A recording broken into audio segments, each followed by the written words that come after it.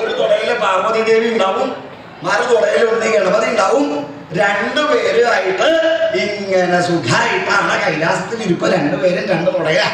അങ്ങനെ ഇരിക്കുന്ന സമയത്ത് ഒരു ദിവസം സാക്ഷാൽ സ്വാമി ശ്രീ പരമേശ്വരന് ഒരു തലവേദന അനുഭവപ്പെടുണ്ടായി.